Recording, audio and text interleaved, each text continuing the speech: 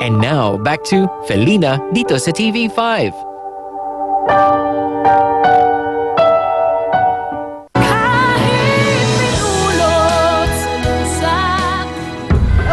Ano yung bahaw? Ano nangyari? Sino yung babae yan? Ito ka lang! Basta nagay pusa! Hoy! Halika kayo dito! Bakit, boss? Tignan nyo! Oh, tignan nyo kung Boss, ano yan? nangyari! Eh, boss, hindi baka mangagat eh. Kaya boss! Boss!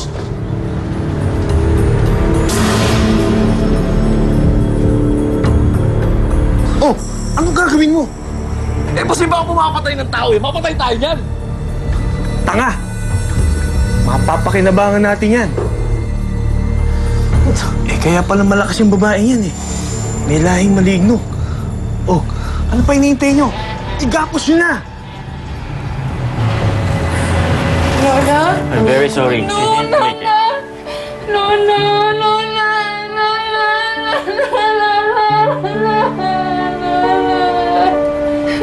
Hindi po siya patay. Hindi po siya patay. Lola!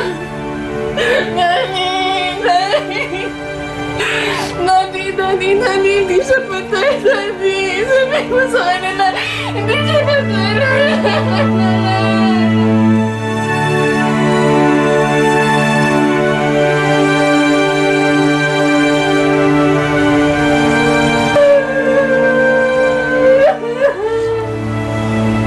Kasalanan to ni Emilio. Kung hindi dahil sa kanya, hindi magugulo ang buhay natin. Tumatay si Mama dahil sa kanya. Kaya papatayin kita, Emilio. Patayin kita.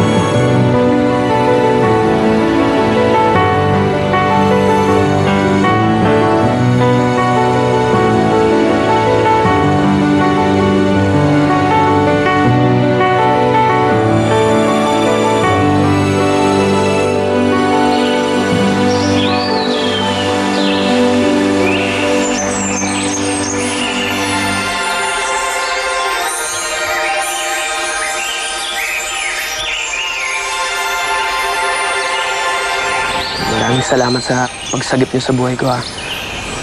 Tsaka sa pagpapatira niyo sa akin dito. Wala naman. Bilin din sabi ni Itay yun na kapag may nangangailangan, tulungan daw namin.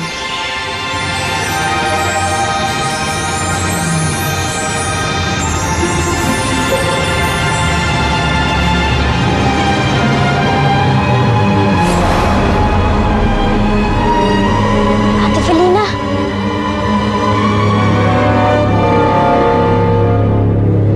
Tatay mo. Asan ang tatay mo?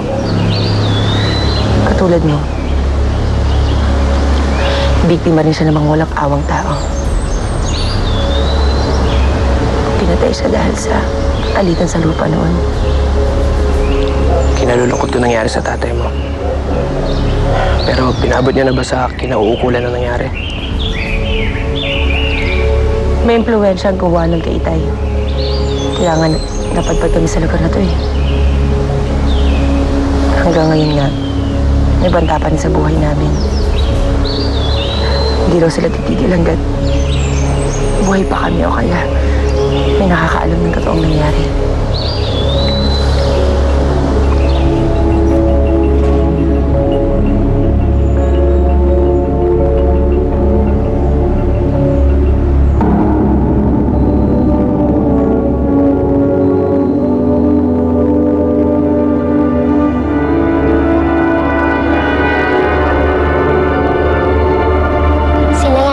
Dito si Ate Felina.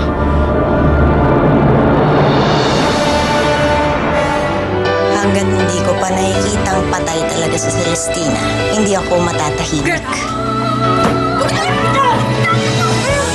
Pwede po ba akong kumain? Gutom na po kasi ako eh.